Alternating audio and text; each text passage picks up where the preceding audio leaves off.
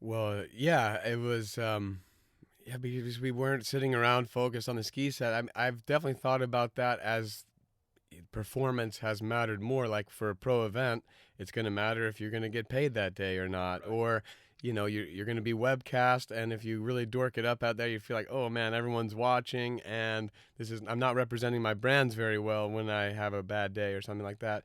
And so even in practice, like building up to an event, it's more mentally intense. You're like, I got to get my game together. Whereas I can remember being a kid, and I wanted to, every time you get out there on the course and you have a measured outcome, you basically want to do your best. But I remember having days where it just didn't go that way and like did not follow me off the water. Like as I was drip drying, all of those like any disappointment that it didn't really go great, it dripped right off. And like I was just on to the next thing. Whatever, if we were might be playing in the sand or going to like jump off my friend's diving board or whatever, Yeah. if I had another set later that night, it didn't follow me that, oh man, I had a bad set this morning. I really hope I'm not getting into a slump. Like I didn't get overly heady, and I've wanted to recapture that and bottle it somehow now. Where you just let it roll off. You're gonna have days that don't feel as good. That's natural. Every day can't be this linear progression forward.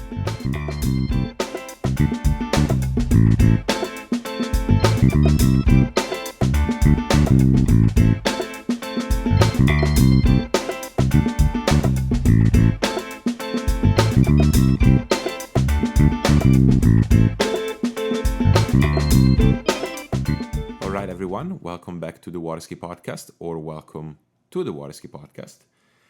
This is Matteo Luzzeri, and what you're about to listen is the first of a two-part interview with Corey Vaughn. Corey is a great friend of mine. We've been knowing each other for a few years now, and he's one of the best skiers in the world, hands down. One of the only ones that has run 41 off or 10:25.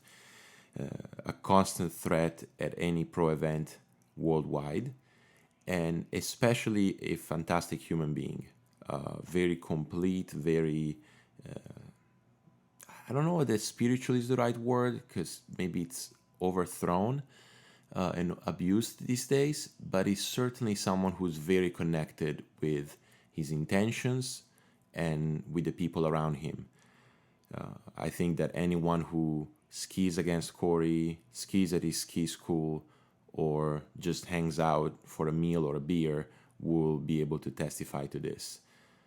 It was a very thorough interview, and I'm so glad we got to do this. Basically, this first part is just history of how he managed to get not even to the level that he's now, but we stopped at a very important milestone, and we'll continue from that for part two. Obviously, the times are hard worldwide, so I hope everyone is safe and is being precautious. And again, as I said last week, I hope that this podcast can provide you with at least a bit of entertainment and a distraction. If you want to get in touch, you can follow me on Instagram at Lutzgram, Luzzgram, or you can write me an email at matteo@thewaterskipodcast.com. Until then, enjoy this part one and stay tuned for part two next week. Enjoy. Should we start? I'm ready. Okay, Corey, dude, welcome to the Waterski Podcast, man. Hey, thanks for having me on, Matteo. I'm excited. I've been an excited listener and feel honored to sit across from you. Well, here. likewise. This is exciting. We're here at boarding school. This is that I have released. This was my fourth or fifth interview here. This place is magic, man. A lot of people come through here. I mean, I find it just kind of amazing. A lot of places in Orlando, you never know who might just pop out on the dock. I'm not used to that. I didn't grow up around that type of thing. So just being at a random ski school, like, oh, look, there's Chris Parrish. Like, okay, one of the best skiers ever just showed up, nonchalant. Nobody really ruffles a feather. And that definitely happens a lot here at the boarding school. I mean, we had a birthday party for Freddie Winter last night, and definitely just a lot of pro skiers walking around, just having a chat. Right, yeah, like a lot of tricks. There was a lot of trick points in that room too, and then some slaloms. Yeah, it was good. It was a good night. What I guess like you said, like you never experienced anything like this, and I'd be really curious to hear your first experiences? Like, how did you get into the sport? How did you, ended up into water skiing?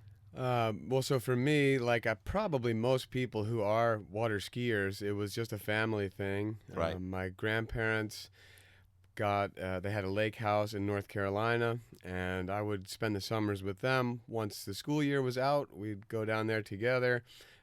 Before I was born, they had bought a 1981 Mastercraft, red and white stars and stripes. That was the family Legendary. boat, which we still have. It's a hurt pup right now. I want to restore it, though. Oh, okay. It's going to be a long-term venture, though.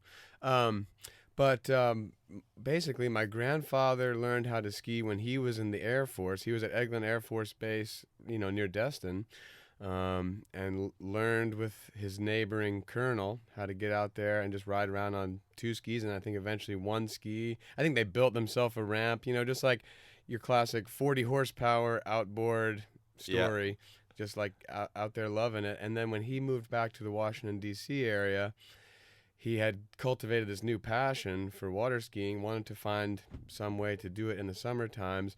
So started renting various like lake houses. This would have been like the late 60s, so it wasn't like it was a big thing. But anyway, he and my grandma had 4 kids, including my mom. And as they were doing these little family week vacations and renting boats, renting cottages, they all learned how to ski. And then I was the first grandchild that came into the mix out of there's 10 of us now. Wow. But I just I was in this great situation where my mom and I were also living with my grandparents, so I was naturally just spending the summer with them. And so I was 3 years old the first time they stuck me on some little trainers.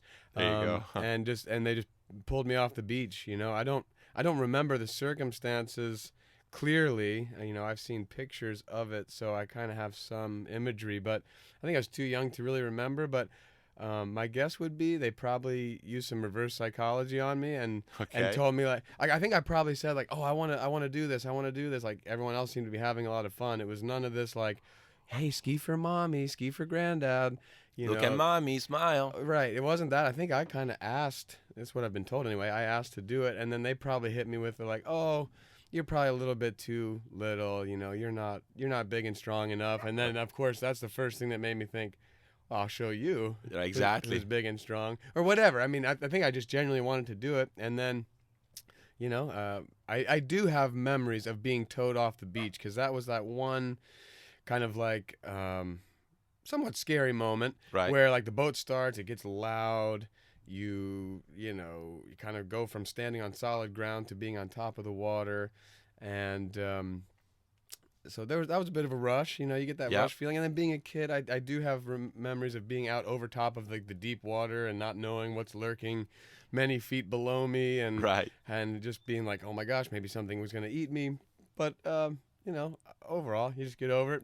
Incentive not to fall. And so from there, like just the family loved it. We started doing it, more and more. Eventually, I think it was my uncle went to a ski school, discovered the slalom course. There you go. Decided that we had to buy an Insta slalom. Okay. Which then I have a lot of memories I was the buoy boy. I sat with the big sack of balls and the passenger seat of the boat while everyone else was fumbling with PVC pipes and the rope and everything on the back. We'd put it in like on a Sunday night or Monday morning and then take it out on a Friday because the weekends it would get chewed up too bad. But a lot of family arguments coming out of like putting the course together, keeping the boat straight, not running over the rope. I was just like content to sit in the corner with the buoys and like, okay, red one, throw it, yellow one, throw it. Right. I'd stayed out of the fray when I was little, but yeah, we put that course in and took it out every week, every summer for, oh man, probably 15 years before we got a submersible. Oh, wow. Where with the air compressor it could go up and down. And so, that it was just public water life, we did everything. It wasn't just slalom, like that was my favorite. We'd get up in the morning, ski, flat water, try to hit an evening set before or after dinner or something. But I mean, I got just as much fun out of like kind of finding my neighborhood friends to come over and getting out on the tube. We're all going like triple knee boarding together. Right. Or, we would fill up buckets of water and try to wake down the old 81 Mastercraft to get a little bit of a wakeboard Right. wake, and it was like a curb basically, just cut at this curb and pop.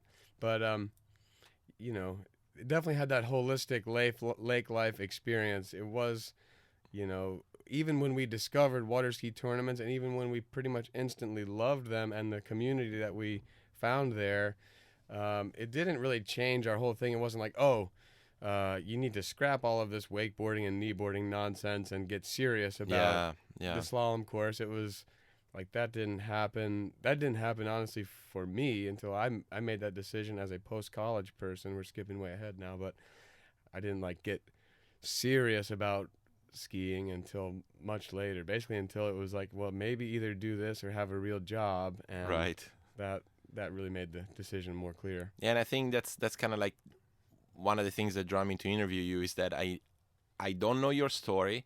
I know bits of it, and I know it's very unusual because what you said is, like when we discovered tournaments, we didn't get super serious off the get-go, which is actually what you now see in a lot of skiers. And you have a ski school, yeah, we can talk about that. But like a lot of parents and young skiers get serious before they even go to a tournament. It just becomes this plan, like we're getting ready for the tournament.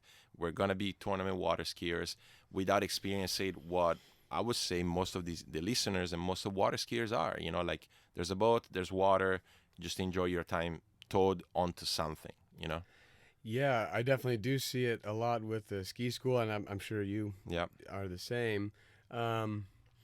And it's a different culture. I feel like, I guess since the time that you and I were both kids, the predominant skiers in competitive tournaments at whatever level are mainly members of a club. Yep. Like a private lake club. And that wasn't always true. I think before there was a little bit more blending and crossing over where you did have your club skiers, but even a lot of the people who were members of a club, they may have gone there on the weekends or on their days off, but still maintained a course or some skiing at another body of water. And I'd say the culture of tournaments was more inclusive in the sense that there was a wider spectrum of abilities that was showing up. And so it was assumed like, if I'm just somebody running 28 off at 15 miles an hour, there's still a place for me at this tournament. Like, it's still a reason to go. My grandfather, for example, I think that was his best run ever, was 15 off 28 miles an hour. And he still loved like going to the tournaments just to, experience that pressure and do it, see how well you could do that day in a one and done format. Whereas I see like now, certainly a lot more people they're really only skiing in the club. And it kind of informs a different mentality to your practice and to the competition. It's much more now about like personal bests, ideal conditions, and even what we call tournaments. I heard somebody else use this, so I'm stealing it. I don't remember who, but really a lot of what we call tournaments are really just rating events. It's not, a bunch of people skiing against each other that day to determine who's the best one that day. Yeah. Whether it's against age category or ability based or whatever. Really, everyone's skiing against themselves. Against the ranking list, against people everywhere, which there's something good about. I think that's nice for what it's worth, but we seem to be so focused on only that really the only satisfying outcome for one of our events is basically a personal best or something that moves your name up the list. So then the event is tailored toward only ideal conditions, has to be the best water, the best driver. And if you feel like you only get to practice on not those conditions, then maybe there's not really a place for you at that table. And so I think that's one reason that over the last decade or 15 years, we kind of constricted as a sport because we were really only, it was just too exclusive. We put a little bit of a stranglehold on ourselves. Now the people who were in big time, like hardcore, love it, want to live it, talk about it, everything water skiing all the time. But part of my journey for sure with having a ski school and just trying to make that a successful business and Right. trying to make that what I'm doing for my career, a big part of that is reaching outside of that smaller circle. And I'm finding out maybe there's an overall trend where more and more people are just coming back to skiing as opposed to wakeboarding or different, surfing or water sport. I mean, surfing's certainly the biggest, and people are doing all kinds of stuff out there. But I have found it easier and easier over the last couple of years to connect with people that are wanting to ski, and then you show some buoys to them, and the next thing you know, they turn one or two and they're just hooked. Completely. And so that's been a real joy on the coaching side to see. It reconnects me with that experience in my life where, I don't maybe remember my first couple of times turning buoys, but I know the after effect. I know what happened since then. Yeah. I do know that I've been fully hooked for whatever it's been now, 30 years. And I would say that, like, turning a buoy, it doesn't matter what it is. Like, I'm thinking when you finally got to put that course down with your family, despite the arguments, and you were just throwing balls in, but then you actually eventually turn some balls, and that emotion is the same, is universal. Like, you get to turn some buoys, you're hooked. Oh, totally. And it didn't matter, like, for us, even years to go, even when we were trying to show up and compete at tournaments, we'd go home and we'd be practicing. The course would have a big banana shape to it. Right, and right. The wind's blowing it this way and that way. Sometimes we'd get it in pretty tight. Other times kind of loose. Like, we just we didn't obsess. And so I guess that kind of gets back to, like, the mentality difference. Like, if you're in a club setting, it's great that you can invest as a club in getting everything right. And then when you host a tournament, everyone has very fair conditions. It's equal, and it's equal to other places across the country or around the world. But there's something lost in the, we can get very obsessive to the point where we're worried about which propeller is on the boat. Yeah. Which version of zero off do you have from which year, and what letter. Oh my gosh, I think I'm going to do B2 plus today because this boat has a 5.7 engine, and all that stuff. It's a lot of mental noise. I mean, you probably can speak to this better than anyone. I feel like for me, anyway, a lot of it becomes mental noise, where if I was really just more focused on my own skiing that day, my own preparation, my own feeling of my body on the water, of the ski on the water, I'm probably going to ski better than worrying about the 100 other circumstances that are basically beyond my control. Yeah, exactly. And I think that's a lot of it in this sport. Like, I spoke about it with Nick a lot. Like, he said it's an individual sport, equipment based, but that all of a sudden opens so many variables that to a certain degree they matter, but some of them you can control, some of them you can't.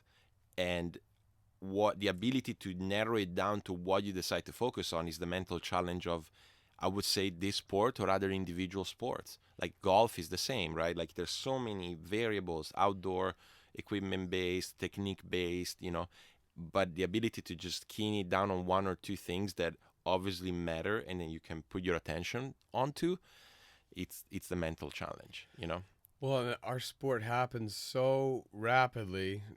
When you're in the course and you're making all these split-second decisions, like that mental clarity and mental focus piece, I feel like comes right to the forefront, where if you've been spending the half hour or day before your set worrying about what all these particulars are going to be, by the time you're actually skiing, you're far away from that with the flow point, as our friend Marcus would call it. Yeah, that's exactly the name. That's the name. Right.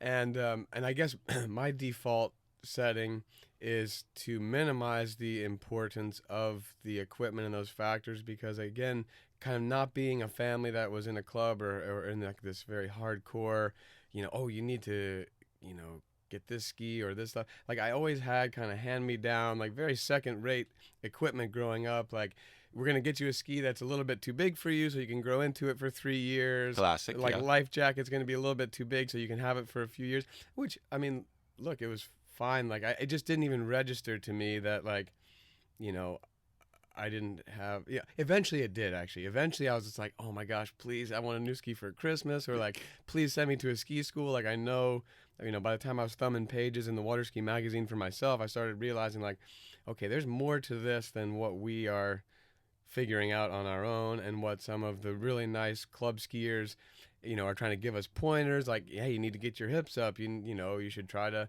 pull through both wakes. Like how Yeah, many right. times has everybody heard that one? But I was always dying to get some better equipment or go to a ski school once I was fully hooked. But like it was minimized to me from my mom and my grandparents. Is like, look, this is just one sport that you do of many, so don't So you were playing out of sports at the time. oh yeah, I was playing a lot. I mean, water skiing was literally my grandparents were so kind to like wait to go down to the lake for my last day of school. Like literally, I do have memories of we'd be packed. They would have all the stuff loaded into the car. They'd pick me up at school on the very last day, and we would leave from the school parking lot, drive 4 hours to the lake house, and then I would not come home for until like 2 or 3 days. We'd do the back to school shopping down there. When there's like one more weekend to go before class starts on Monday in the Right. fall, I would come home. So I mean, it's 4 hours. I guess I could have straddled that life and come back home more and seen my school friends or been involved with something at home in the summer. But I might as well have been in a different country. I think like all my summers growing up at the lake, like it was just a different life. I had a different circle of friends. And what I find interesting, I've been reflecting on in the last year or two, is that I guess a lot of people our age, like 30s, are kind of realizing like, and it's different for different people, but I have kept up with only a small handful of friends that I made in college, loosely only with anyone from high school. I don't really keep in strong contact with anybody from high school other than like social media type of way. And even then, not in a very direct way. And almost nobody from my, pre-high school, like elementary school coming up. But man, my water ski friends from those summers, that goes back all the way to the mid '90s. Like I'm still in touch with some of those. We're still, the dearest of friends. Right. And so I think I was kind of realized that like that the summertime was just the time of the year, like you kind of get through the rest. But anyway, yeah, skiing was a June 10th to end of August type of thing. And then it was back to school, back to the other sports. And I mean, literally did not touch a ski until the following June. Right. That was just the way it was. Yeah, I think your reflection there speaks at length about something that I've noticed with a lot of guests too, and in my life, like the passion is so contagious that I don't want to say you're meeting another addict, but almost like, like if you go to Publix this afternoon and you find someone and, they have a ski shirt and they're, oh, skier, and you just talk to this person, there's that immediate kind of like trust, understanding, like that's probably unhealthy or almost, like maybe this guy is a bad person, but he's a skier, But I think we extend that trust pretty readily because all in all, you don't find a whole lot of bad apples in the ski world. I mean, of course, like anything, there are some, but, as both of us being in it for decades now and being like really in it all the time now, I guess, you get some people that, with it being an individual sport, maybe get a little bit too caught up in their own pursuit and it becomes only about that and not about anybody else or anything else. Or, I don't know, some people are just a little more abrasive, harder to be around, and that's going to happen in any sport. But by and large, it's such a cooperative sport in nature. Like here we are at the boarding school again, for example, and there's going to be a good handful of pro skiers skiing today, but there's also going to be a good handful of skiers that are even just attempting the course or trying to work on 30-15 or whatever. And like no one has to feel uncomfortable or like they're going to be judged, and like there's just going to be a supportive nature all the way around. Like I'll say it from my part, we all get heady about how we're looking, how we're feeling, what our equipment's doing, but like when somebody who's at ski school like tosses me a random compliment, like, oh, we were watching you, that looked awesome, like I don't care what it is, like, oh, your spray was really big, or like you look so graceful, or what, it looked so hard, actually, like it looked impressive because you were like battling with the boat, scrapping.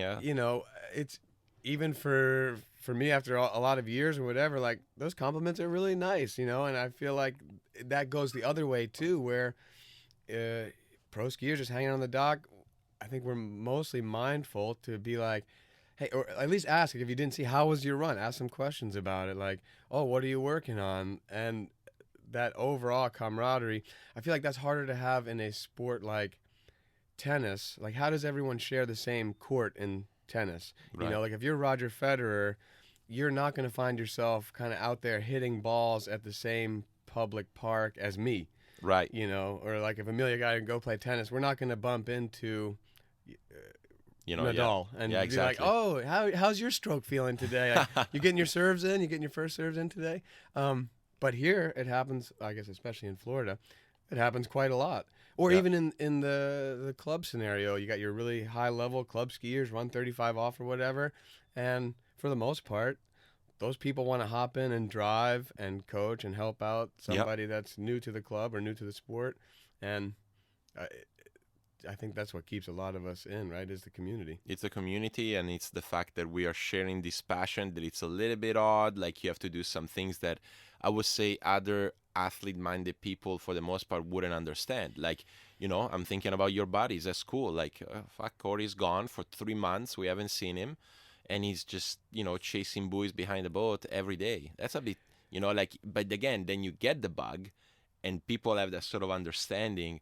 Oh yeah, I know how you feel. Like, I've fallen at 2-ball, like that sort of stuff. Yes, yeah, that relatability, and I think that's right. Like, honestly, my school friends, I don't think they had really any idea. Like, I talked to them about it when we'd pick up with whatever fall sports and whatever's going on. Like, yeah, I was like water skiing all summer, but they didn't understand the course and what we're really like would be hooked about it. Right.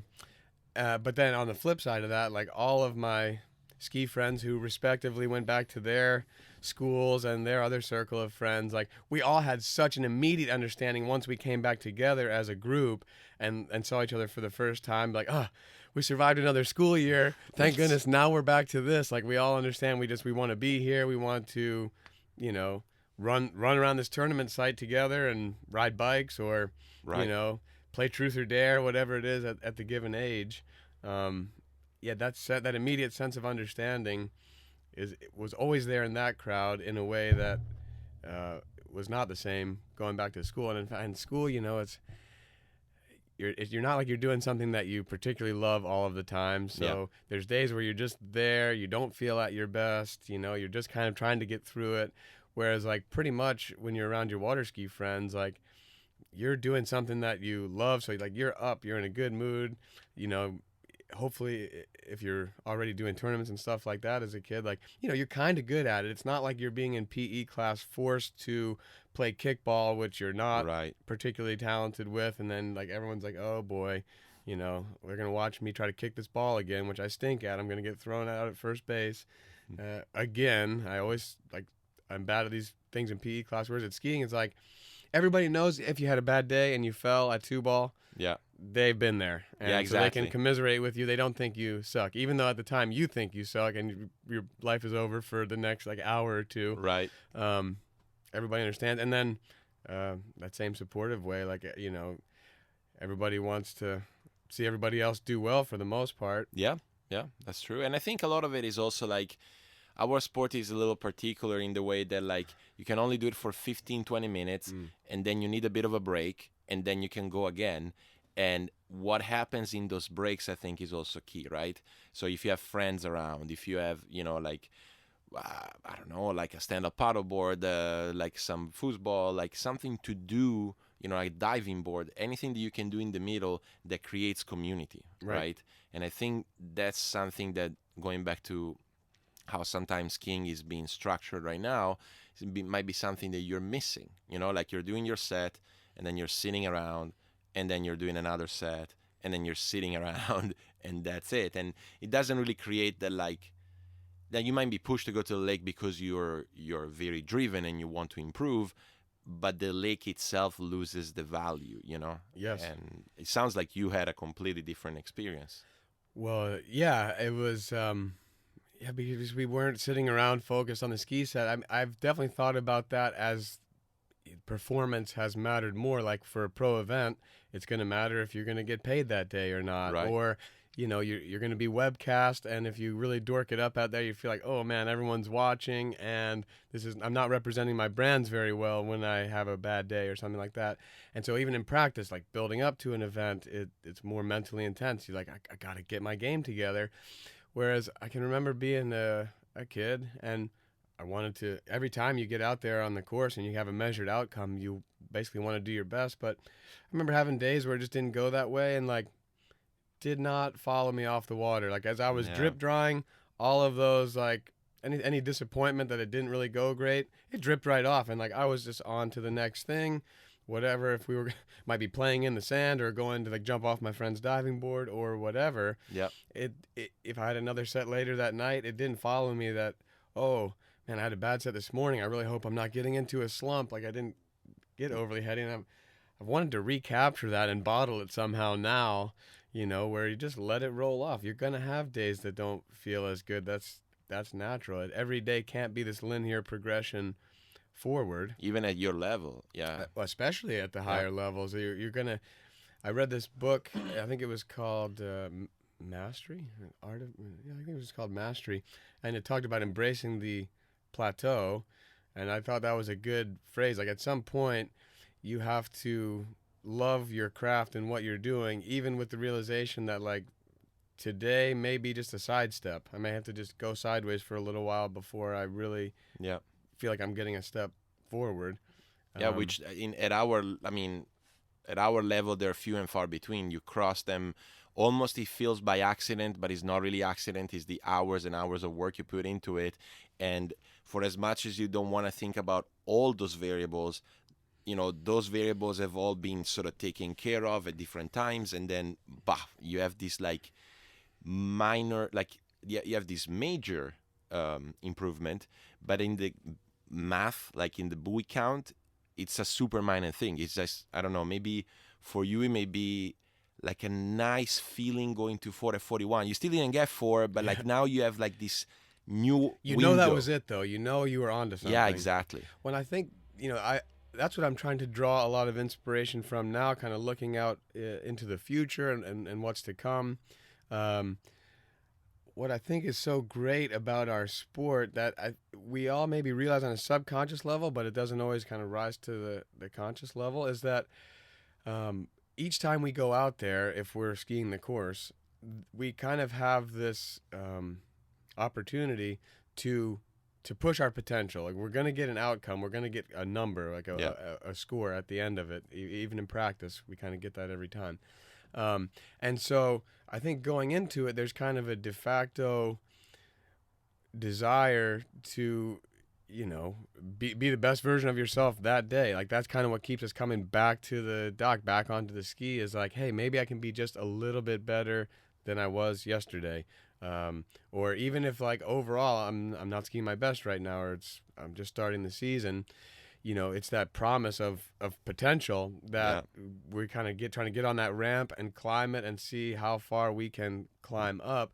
And even I've been drawing inspiration from skiers who, I think of, say, like Chris LaPointe, who has been world champion numerous times, world record holder, was the top person in the sport at a time, and is now skiing in men's 6. He's clearly not as good now as when he was setting the world record. That would be unreasonable to expect, but he's still every day showing up at the lake thinking, what can I do today that will give me an edge over yesterday? Whether it's with he's very much about the equipment because he knows so much about skis and fins and design.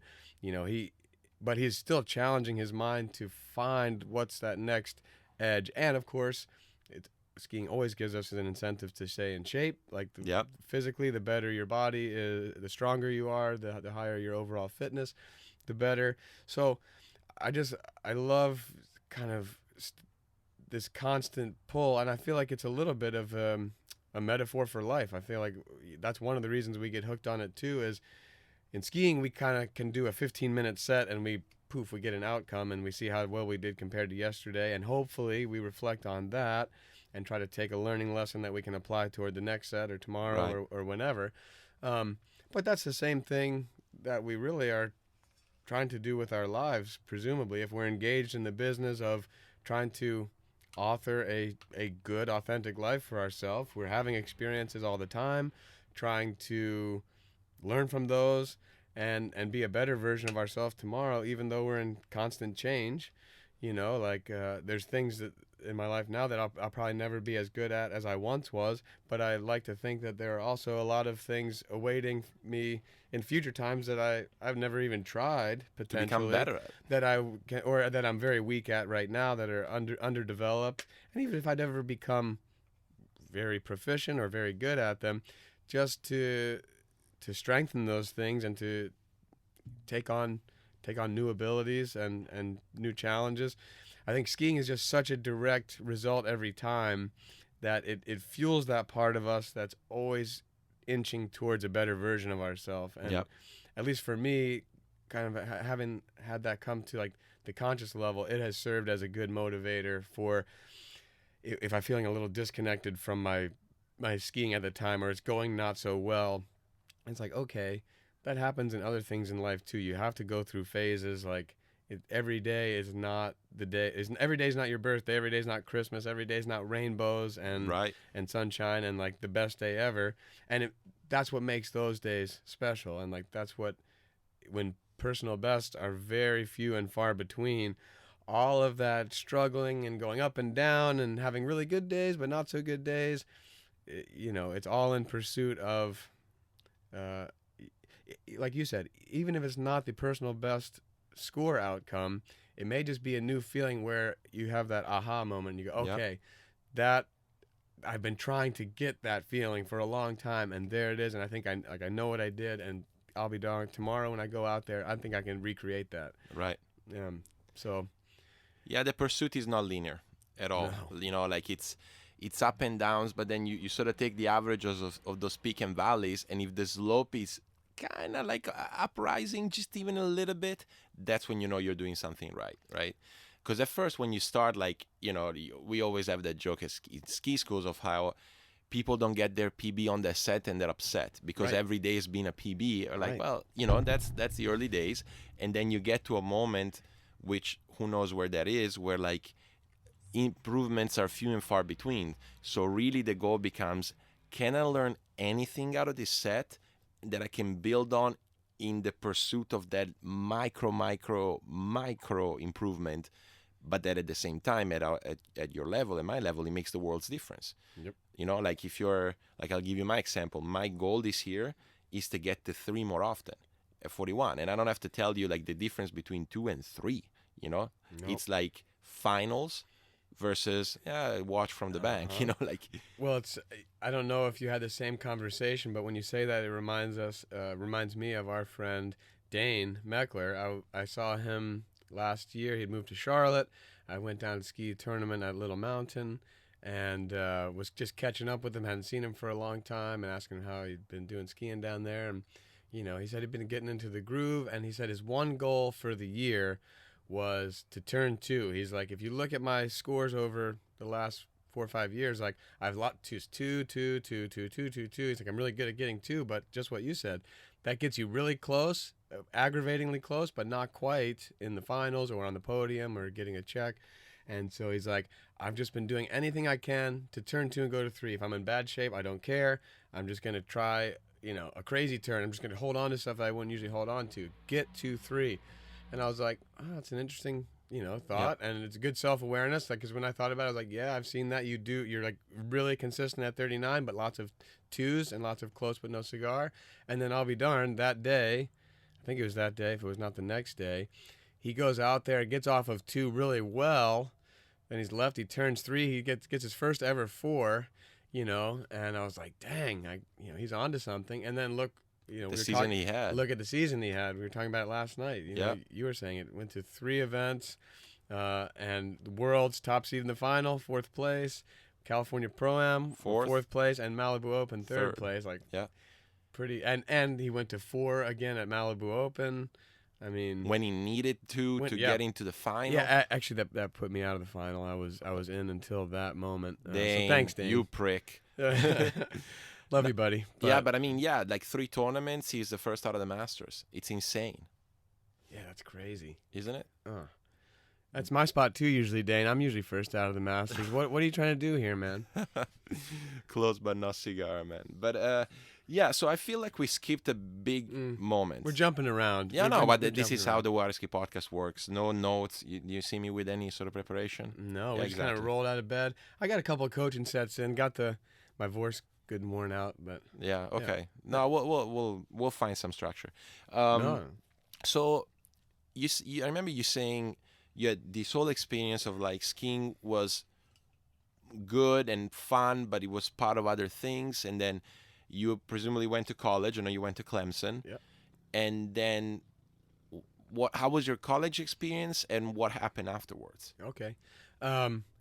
Yeah, so, I mean, my reason for going to Clemson really was the ski team. A few okay. other friends had come out of Virginia or the Eastern region. I think Clemson does pretty well there, like Virginia, Maryland, Delaware, Pennsylvania, New Jersey, New York. Like, it's drivable, and it kind of fits, at least for me, and a lot of the, younger kids I've seen go there since me. It's kind of the right vibe of a ski school in the sense that if you're not going to make the team at ULL or ULM and you're not like a rock star skier or even like Florida Southern or Alabama, like those programs have really come on strong. If you're just a pretty good tournament skier, you're going to make the team. You're going to contribute, and it's a beautiful campus. It's a nice university. It's drivable from the Northeast. Like for me, it was a really good distance from home. I could drive home for the holidays, like 7 or 8 hours, whatever it was, be with my family at Thanksgiving or Christmas, like winter break, summer break. But also then I was also off on my own and able to be independent and feel like I was in a completely different bubble when I was at school. But anyway, yeah, the real reason I wanted to go there was the only school that I applied to that really had a water ski program, and it was my first choice. I wanted to go somewhere warmer, with maybe a little longer season, and I didn't really have a conception of what the collegiate water ski experience was like, but I had been told good things. Right. So I didn't really know what I was walking into, but I'd heard good things, so I'm very, very thankful that I did go there. So, but I was always told up to that point, look, you have a lot of talents, you do well in school, at least Clemson is it's a great institution. You can get a good education there. Like it's nice that you can ski, but there's really no such thing as pro skiing. So putting your eggs in that basket and trying to pursue that doesn't make any sense, because it was like a fanciful dream. I guess growing up, just looking at the magazine and being like, wow, I'd like to be like Andy Mapple or Wade Cox or any of these guys, right. Chris LaPointe. And so, anyway, I kind of kept water skiing in the same compartment that it always had been. It was just a seasonal fun thing that I loved to do. And, I didn't go to college like really trying to train, improve. Like I was the top skier on the ski team most of the time there, and we were like get into D1, go to the nationals, but not competitive for a top, certainly not top 4. Like I think Clemson's like a kind of solid 7th place sort of finisher at D1, which is good. We field a full guys team, girls team. It kind of goes up and down with, which one's stronger and which events are stronger. Usually slalom team is pretty good. Yeah. But and we don't have any, at Clemson there are no real faculty advisors, so it's a completely student-run team and club. It was self-funded. I was pretty broke mostly through college, like many people are. I would work on all the breaks, summer break, winter break, spring break, to try to and I had saved money going in, but I didn't feel like I had a lot of gas money, especially after traveling to the tournaments on the weekend. So, and Clemson skis on a big public lake, which is very much what I was familiar with. Conditions not always perfect. So, I'd kind of get out there and have some fun when time allowed. But I wasn't always trying to, I didn't line up my schedule in any consistent way where it's like, hey, me and a couple buddies are always going on Tuesday and Thursday to ski. You Right. know, I just kind of like randomly hit up somebody, or they would hit me up like, oh yeah, okay, I can ski today. I just wasn't like focused on it. I was told to kind of focus on schoolwork.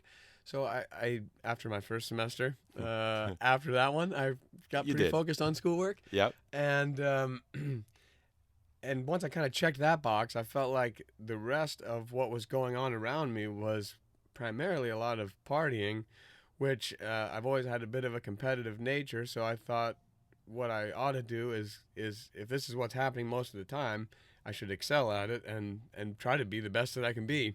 Right. And so I devoted maybe a little more of my time and resources to that than what would be healthy. Right. So skiing was really just like a side project. I had the same HO Monza, all like from going into college and even the year afterwards. Like that ski was so flexed out. I remember I put my bindings on it like a year or two after I had moved off of it onto the A1. I just put my boots back on. Oh my gosh.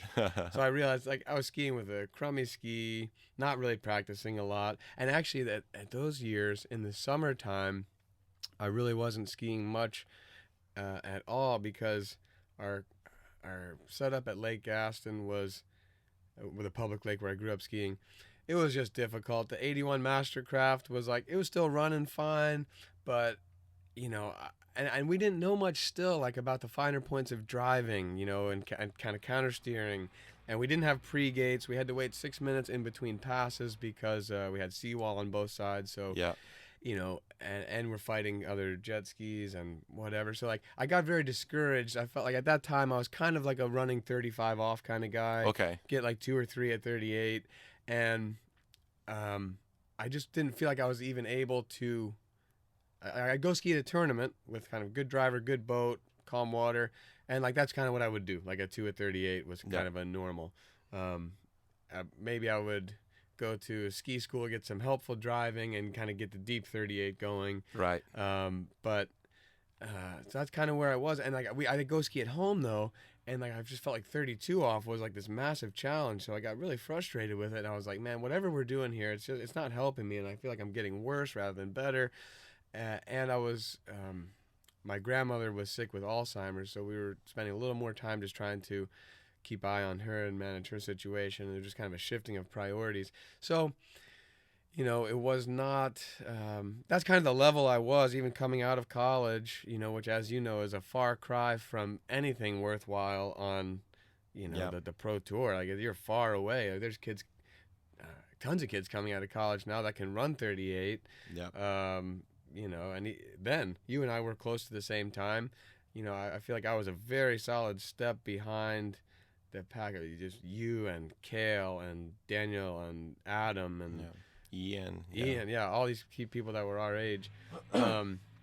So, like I said before, like moving ahead now, I was very lucky because I graduated in 2008. And some friends had offered me a job with their company, and many of my friends who graduated at the same time, who had been told their whole life, oh, you know, study hard, go to college, get your degree, and then like you're just going to come out and live happily ever after with a great career. Right. That just did not happen. You know, everyone moved back in with their parents and struggled to get a $35,000 job as an administrative assistant because you needed 2 years of work experience to get that. And everyone was like, what is going on here? You know, this was a big lie that was handed to me. So I felt lucky. I at least had a job lined up. I was working. I was able to, you know. So you took the job?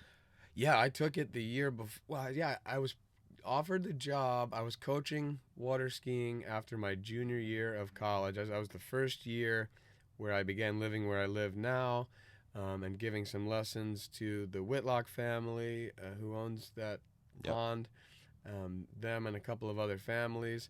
And one of the other families, who's about an hour away, they were the ones that offered me a job working for their business the following year. And I said, well, okay, that sounds like a pretty good opportunity. Could I still coach skiing, you know, for the summer months? Once I get out of school and I graduate, can I coach skiing and ski all summer, and then we'll start in the fall? And they said, yeah, that's fine. So I said, okay.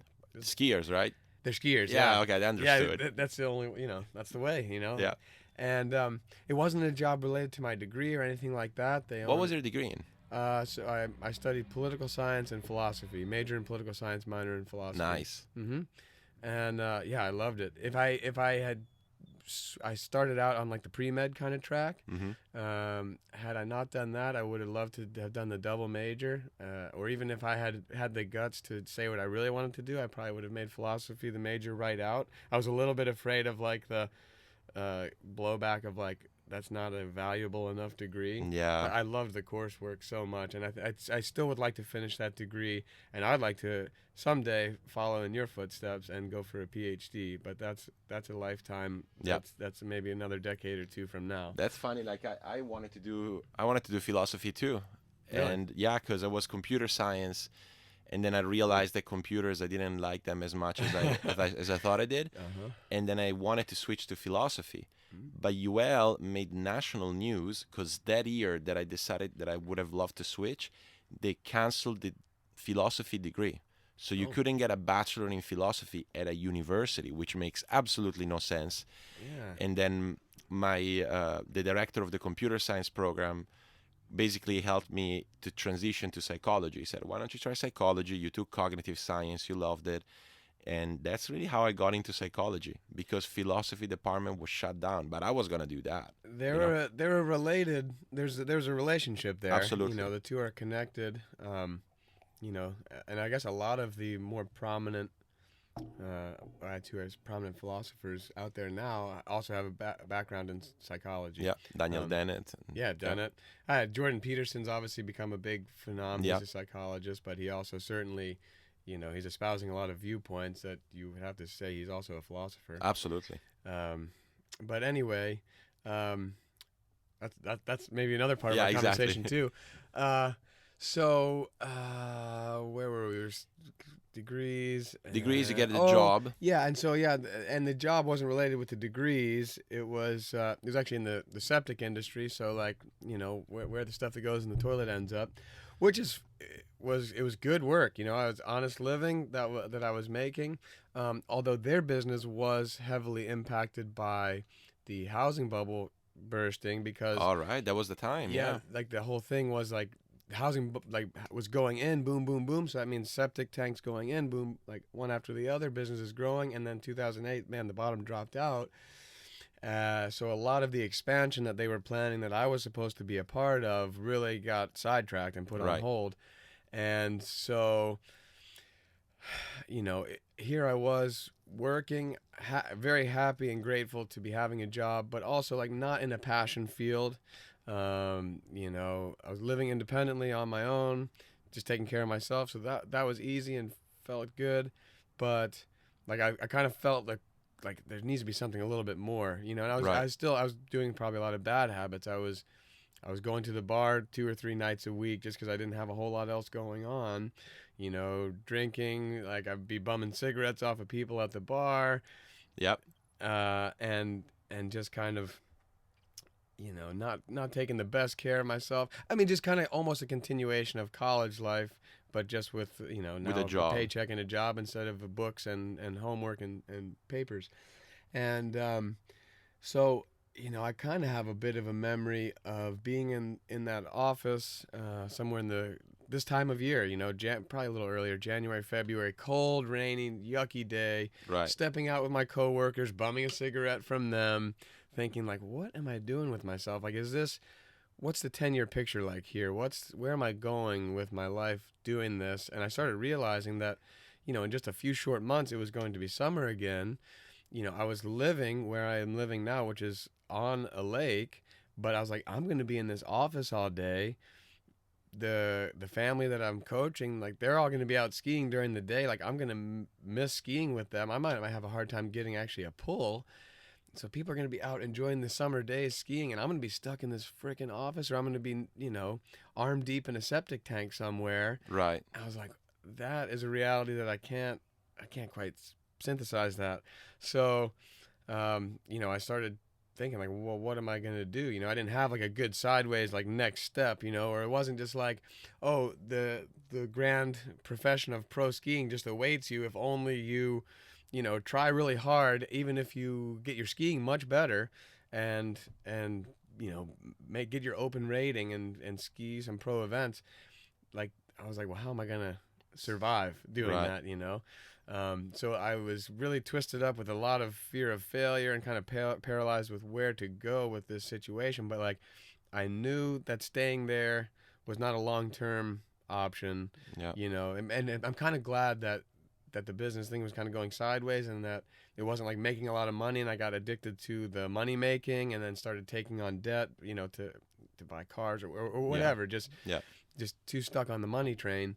I was free enough and young enough to say, okay, I can make a radical change. And if it totally, I'm also very fortunate. I feel like if I landed flat on my face, if I did fail, and if it was super embarrassing, that I tried to become a pro skier, and just like the skiing really didn't get there, and I tried to take on more coaching or kind of do a ski school, and it didn't really generate any momentum, and I just fell flat.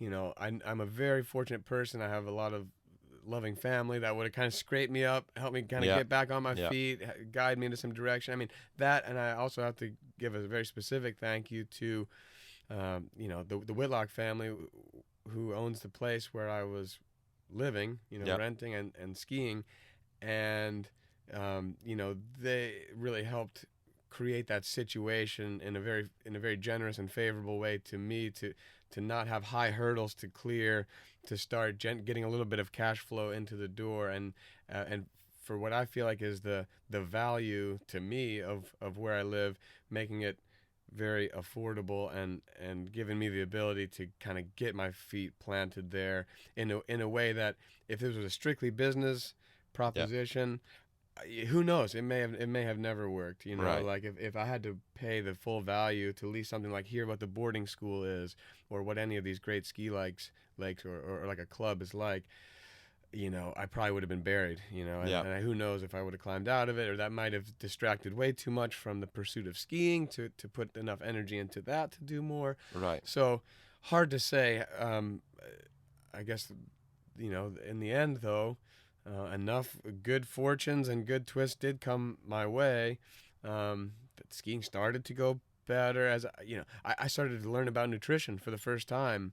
Obviously I knew that broccoli was better for you than Cheez-Its, but that didn't govern all of my habits and behaviors. Like when I went to the grocery store, I wasn't reading labels. I wasn't very aware. That looks good. Yeah, you just kind of, you're out, you just graze on whatever. I didn't even realize like how much, okay, I need to be hydrating, like constantly pouring some water into this physical system of mine to keep it working right. Right. So I started reading on that, and taking on a lot of new information, and making some lifestyle changes, which all of a sudden like felt a lot different. Like after 4 years of college and kind of continuing that lifestyle, lots of drinks and things like that, man, all of a sudden I felt more energy, and I noticed, Sleeping better. sleeping much better, some inches in the middle starting to fall away. Right. I was like, okay, this is good, and I started, more of a serious exercise program. My mind started being open and paying attention to, okay, well, what are other people that are skiers that are doing well? I would hear, stories of Will Asher just crushing it in the weight room, and be like, oh, apparently I need to like Crush it in the weight room. Yeah, I need to do that or something, and like P90X was getting very popular. So Right. I bought all of those discs, and I was like, oh my gosh, like this is hard, Yeah, right. But as all these things are, it's cyclical. So I started trying to like build one thing to another, and that started to come, which of course did help for the skiing. And So was that the year, like the year in that January when you said, okay, the 10-year vision is weird? Is that the year where you started making all these changes? Yes, yep. So exactly, I left that company on the last day of February. That would have been 2009. Yeah. Yeah, I went to work for them in the fall of '08. Only made it about 6 months to like February of '09, and left the job. Started trying to exercise more. I that was my first time ever going to Gordon Rathbun's place in Acapulco, the ski paradise. I kind of basically begged him for Right. a guest coaching opportunity, and he let me come down for a week in March, which was like I felt like, oh my gosh, I'm really doing it. I'm trying to live this dream. Like, who knows what's going to happen? I made some really great connections there. I mean, one with him that turned into a full season, a full 6 months of living there the following winter when I was trying to chase the sun and run more buoys and make up for lost time on the ski. And then even some of the guests that I met there, like the Goldman family from Shortline Lake in California, they've been incredible friends to me since then. They always open their house to me. I always stay with them when we go out to Sacramento for the Cali Pro-Am, or maybe get to do a Shortline tournament, and they've just become great friends. So that kind of that was a little Kickstarter moment. And then I got to, now that I left the job, I was back to coaching the families that summer who I had done the prior couple of summers. Yeah. And then I was trying to figure out, okay, how am I going to keep this going through the winter? So I got my open rating. Like, to me, that was a huge deal. Like, it was still the scorecard thing, and like the rating back in the day was 1.5 at 39. 1.5 at 39. Yep. Went up to Twin Lakes in New York for a record tournament because there's not that many in the East, and it was early. It was like late June, so I'm just starting to hit my strides and run some 38s. And so funny story there. First round, all jacked up. I'm using clinchers at this time. Yep. Got my new A1 kind of dialed in. So I go up there, 28, 32, 35. Coming back at 38, I think I turned 4-ball. Like, I'm in the pass. I'm like, oh my gosh, like, here we go. Grab the middle of the handle, which is something I do a lot. And with the clinchers and with the kind of the poor technique I had at the time, just really loading up hard off the buoy, like I fell, but like I felt something really strange first. Like, the handle felt like it bent. So I waved to the judge in the tower and said, hey, can you radio the boat? I think that the handle broke. And it had just so happened, I hadn't skied a record tournament in a long time. My handle had measured long, so I used a club handle. Ah, okay. So they provided the handle, so it did indeed break, and then I got a re-ride. Yeah, because it was tournament handle. equipment. So they provided me with another handle and brought me back to the other end of the lake, and we came in 38 again. This time, big 2-ball, same thing. Handle folds right in half. No shit. Yeah, and I was like, I waved to the judge and I was like, hey, I'm sorry. I'm not doing this on purpose. I swear this doesn't happen at home or anything. But like, radio the boat, that handle broke again. And, so they get a different handle, pick me up. Actually, no, they got me on the boat because they didn't have a handle. They brought me back to the dock. They pulled another split, like they pulled men's 1 or something, or men's 2 or something, some other split. And then they let me start my round over because it had been 10 minutes. Yep. And so, I think I started maybe at 32. Anyway, got to 38, either 2 or 4-ball, big turn again. Felt the handle breaking, so I kind of stood up and I could hold the handle up to the boat judge. I'm skiing back in. I was holding the rope and the handle's folded straight in half again. They were like, "Oh my gosh, what is this guy doing?" And by that time, they had fitted some rope into my handle. Went back to the dock, got mine, ran 38, didn't break the handle. And then I was like, okay, here we go, 1.5. Like, this is it.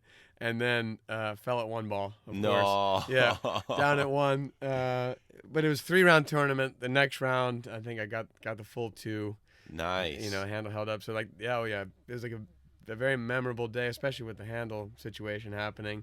I still get jokes from the crew up there about that one. But that, and then I felt like, wow, like I'm in my mind, like that was a big deal. I wasn't really like tuned in enough. I was still kind of like in my outsider bubble to not understand that 2 at 39, like occasionally banging through a 38 and getting 2 or maybe 3 at 39 gets you nothing. I mean, that's the epitome of like, I'm going to pay my entry fee to the winner, and here you go. But it's a start. You need the card. You need the card to get there. Well, look, I had one other little turn that summer that was like, that kind of fired me up and made me believe in myself a little bit at the U.S. Nationals. I got onto the podium in 5th place, 5th place podium. Open. In Open. Oh, wow. That was my first ever Open event. It was Rossi, Parrish, Marcus, JT, and me in fifth. Dude, what a podium. It was, yeah. So, I mean, I was starstruck, you know, like this is my first time being around. I remember the first time I ever spoke to Rossi was at that starting dock. And I walked up to him and I was like, Chris Rossi, hi, I'm Corey. I was Corey Humberg then. I introduced myself and I said, you know, it's a real honor to be sharing the starting dock with you, you know, and he was just super cool. He's like, yeah, dude, it's a real honor to be sharing the starting dock with you. Like, I hope you have a great run and stuff. And obviously That's there was awesome. a number of skiers between us, and I guess I was coming back to the dock to pick up my handle. I ran 1.5. No, I ran 2 at 39. Dude, that's good. Yeah, for me it was like to run 38 at the Nationals in that situation. Yeah, big was, tournament pressure, one round, you just become first open tournament. like That's that, good. That was probably for me like a flow state type of moment. Like that was at the time that was the best. That was the best that I had to offer, and it kind of all came through. Like I had that full clarity, like in the moment experience. But and then walking back to the dock, Rossi was like, "Dude, that was sick! Like you killed it." And I was just like, "Oh man, like it feels amazing." Yeah. Then I went to the California Pro-Am at the end of the season and had a more deflating experience because nerves got the better of me. And we'll get to that because I think this concludes our first part. Yeah. And then in the second part, now I want to hear the journey from, you know, getting your card and knowing that you can now access this world to actually going through this world. So in the second part, we're going to cover that. Sounds good? Sounds good.